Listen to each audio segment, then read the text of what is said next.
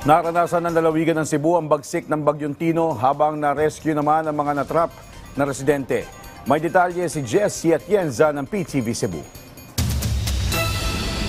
Mag-aalas 5 ng madaling araw, binayo ng malakas na hangin na may kasamang malakas na buhos na ulan ang lalawigan ng Cebu. Panandalian ding nawala ng kuryente ang maraming lugar sa lalawigan, kabilang na ang Kapitolyo. Kinaumagahan, agad nagpadala ng mga rescue team ang PDRRMO ng lalawigan ng Cebu sa mga apektadong LGU. First landfall in Camotes Island, then in Bourbon. Then it exited about 6 o'clock, as early as 6 o'clock in the morning. Nakuna ng video ng isang netizen ang pagtangay ng tubig baha sa mga sasakyan sa isang subdivision sa Barangay Bakayan ng Cebu City. Ayon kay Acting Vice Mayor Winston Pipito, nahirapan din sa pagresponde ang mga disaster team dahil sa taas ng level ng tubig baha. Nagtry sila og conduct og rescue operations.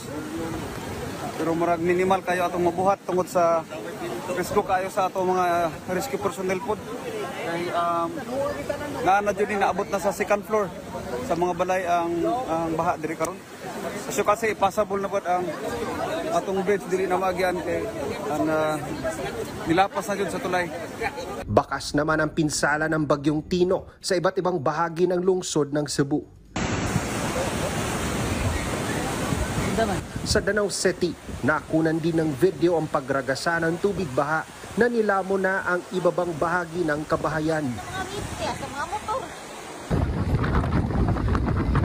Sa Talisay City, malawak ang naging pinsala sa kabahayan matapos umapaw ang tubig mula sa Mananga River na siyang bumura sa mga bahay sa ilalim ng tulay.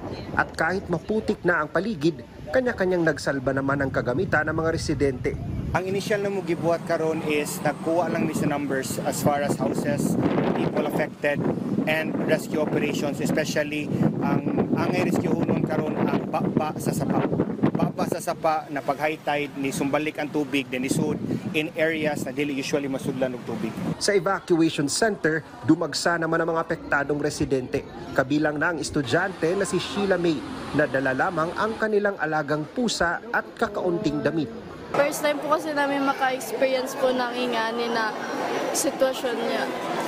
Parang ito po ang lowest point namin kay wala po natira sa bahay namin, pati yung bahay po namin na nirerentahan kay nasira rin po. So parang di po namin alam kung saan kami pupunta. Patuloy pang inaalam din ng Cebu Provincial Government ang iba pang mga lubhang na apektuhang LGUs ng malawakang pinsala at baha na dulot ng Bagyong Tino. Because as from what we heard, the Danau is also badly hit. Danau down, Compostela, Liluan, ang Kutkut River, no? Grabe kuno kaayo ang Kutkut River.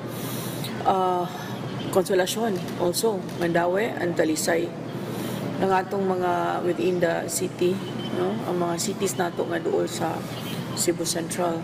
So mo na amo ang i-monitor karon. So we are trying to call the mayors, no? So far ang akong nastorya si Mayor Sam Samra, mo na nga gipadadaan na mo enforcement.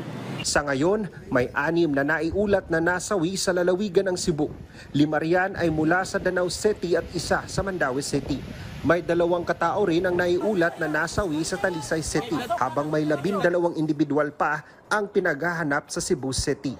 Patuloy pa ang clearing operations sa mga kalsada papuntang norteng Cebu na dinaanan din ng Bagyong Tino. Mula sa PTV Cebu, Jessie Atienza para sa Pambansang TV sa Bagong Pilipinas.